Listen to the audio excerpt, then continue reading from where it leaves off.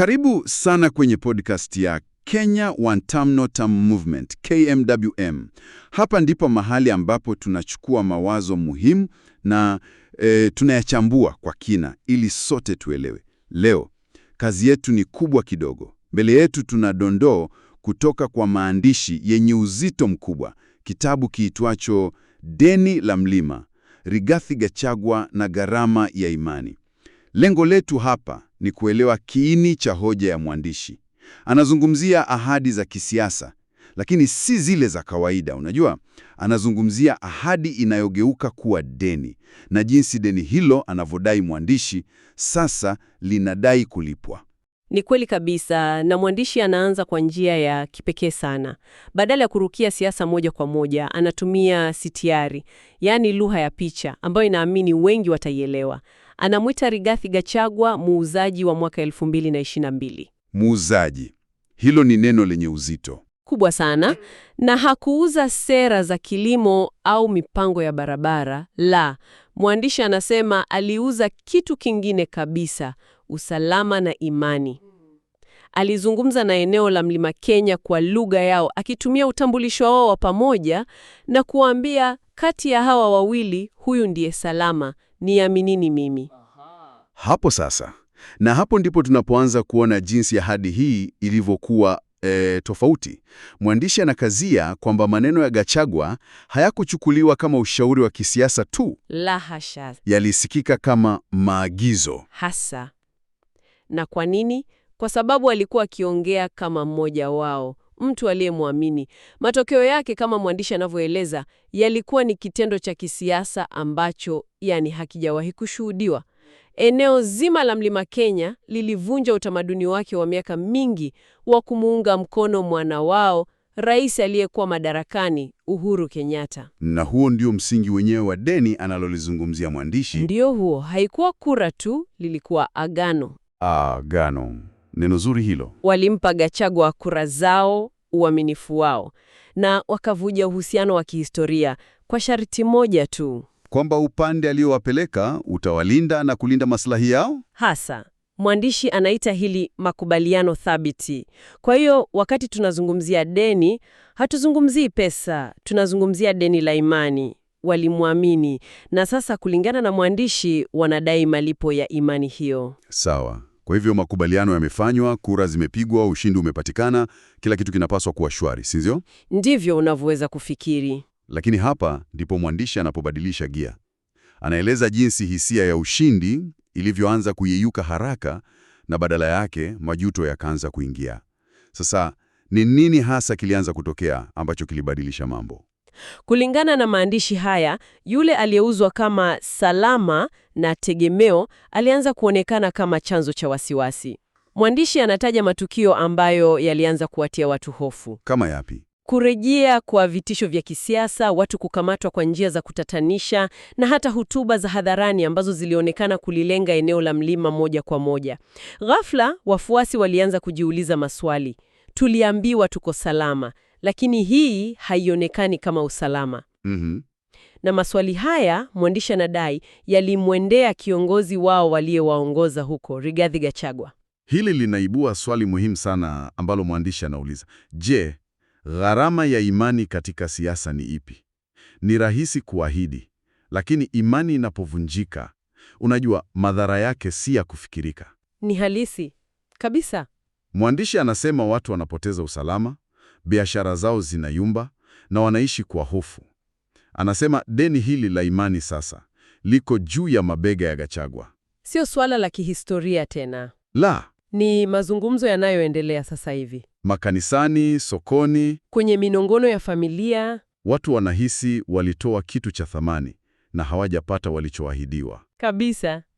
Na mwandishi anasema imani haipotei kimya kimya, inadai ilipwe. Na kama hailipwi, inazaa hasira na hisia ya usaliti. Hilo ndilo deni linalozungumziwa hapa. Sio deni la serikali kwa China, ni deni la kiongozi kwa watu wake. Huu ni mjadala mzito na muhimu sana kwa mustakabali wa nchi yetu. Na tunajua unapata maarifa na kufurahia uchambuzi huu. Kama unataka kuwa sehemu ya suluhisho, Na kuendeleza mjadala huu muhimu kujenga Kenya mpya, tunakukaribisha ujiunge nasi. Ili kupata nyenzo zaidi na kushiriki, tafadhali tembelea tovuti yetu. Jiunge na Kenya One Term No Term Movement, KWM, leo kupitia www.onetermnoterm.com. Na kuna jambo la haraka. Pakua kitabu cha kielektronik, yani ebook na sauti audio bure kabisa. Kinaitwa Kenya's Gen Z Must Reclaim Their Power. Ndiyo, ni bure. Kisome, chukua hatua. Waambie marafiki zako waende onetermnoterm.com, wafungue akaunti zao na kupakua nakala yao. Kumbuka, uhuru hauji kwa urahisi. Je, utafanya nini?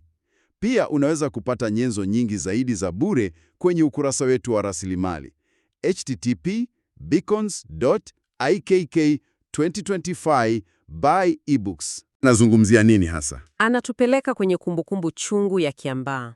Hili ni eneo gumu sana la maandishi. Mwandishi analiita Kiambaa moto ambao Kenya inakataa kuutaja. Anatumia lugha yenye hisia kali sana kuelezea tukio la kuchomwa kwa kanisa likiwa limejaa wanawake, watoto na wanaume. Inasikitisha sana. Anasema mayoyo yao yalimezwa na moto na miili yao ikageuka majivu. Lakini hoja yake kuu sio tu kurudia historia. Aha. Hoja yake ni kuhusu ukimya uliofuata. Anakosoa vikali ukosefu wa kumbukumbu rasmi. Hakuna mnara wa kumbukumbu, hakuna siku ya kitaifa ya maombolezo. Hakuna fidia ya maana kwa familia. Hasa. Na mwandishi anahoji, ukimya huu unatoa ujumbe gani? Ujumbe ni kwamba maisha ya baadhi ya watu hayana thamani kubwa. Na hapo ndipo anapopanua hoja yake na kuiita ukimya kama sera, kusahau kama mkakati. Anadai kuwa serikali za zamani zilichagua kimakusudi kupuuza tukio la Kiambaa ili kuwalinda watu fulani wenye nguvu. Ndiyo, kusahau kulihimizwa, maombolezo yakawa jambo la kibinafsi na uwajibikaji ukaahirishwa hadi ukasahaulika. Sasa, unganisha hilo na hali ya sasa. Mwandishi anasema mbinu hiyo hiyo ya ukimya ndiyo inatumika tena. Subiri, unamaanisha? Watu wanalalamika kuhusu vitisho, serikali inatangaza uchunguzi, lakini mwisho wa siku hakuna kinachobadilika. Kimya. Yaani, hoja ya mwandishi ni kwamba wafuasi wa Gachagua kutoka Mlima Kenya wanaona mzunguko ule ule ukijirudia. Hasa.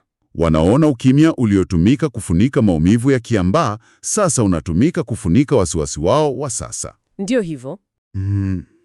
Hilo lazima liwe linazidisha hisia ya usaliti. Bila shaka, wanatambua mchezo huu kwa sababu wameuona hapo awali. Na inafanya deni kuwa zito zaidi. Sio tu kwamba ahadi ya usalama imevunjwa, lakini njia inayotumika kunyamazisha malalamiko yao ni ile ile iliyotumika kunyamazisha historia yao chungu. Hii, kulingana na mwandishi, ndiyo inayofanya hali iwe ya dharura.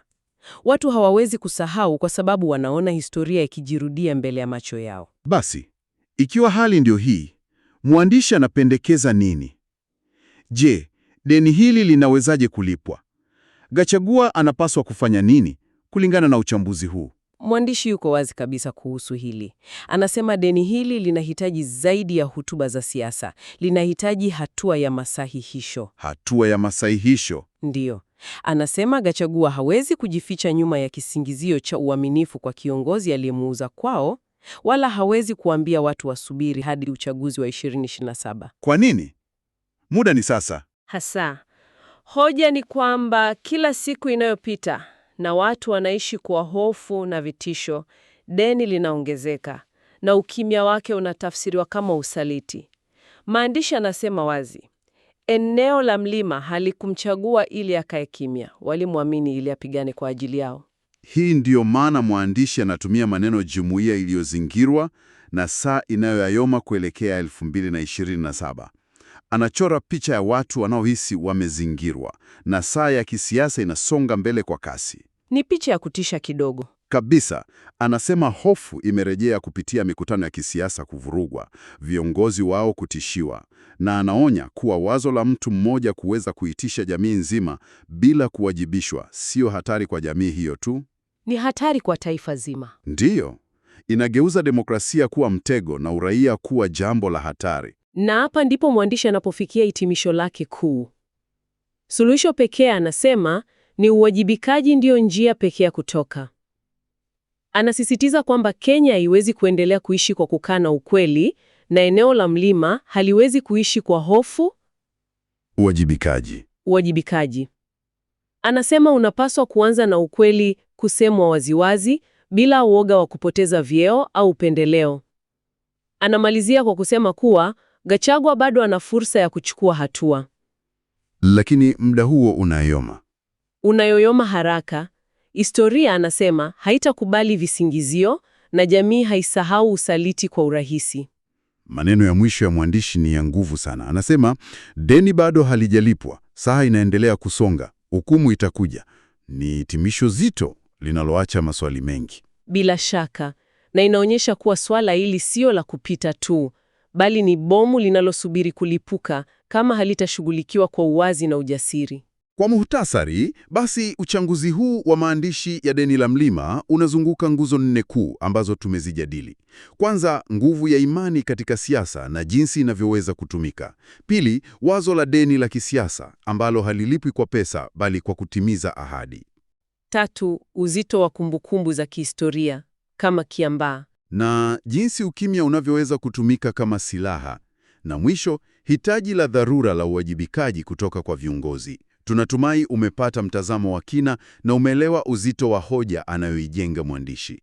Ili kuendeleza mazungumzo na kuwa sehemu ya mabadiliko, tunakualika tena. Anza kubadilisha Kenya kwa kutoa maoni yako. Fungua akaunti yako na anza kuchapisha maoni yako kwenye https://nwantamnotam.com. Pia tembelea ukurasa wetu wa Facebook https://www.facebook.com Kenya Mpya Tuko Pamoja. Naendelea kusikiliza podcast ya KWM ukiwa nyumbani, ofisini au barabarani kupitia https://rssfeed.com podcasts Kenya Wantam Notam Movement KWM.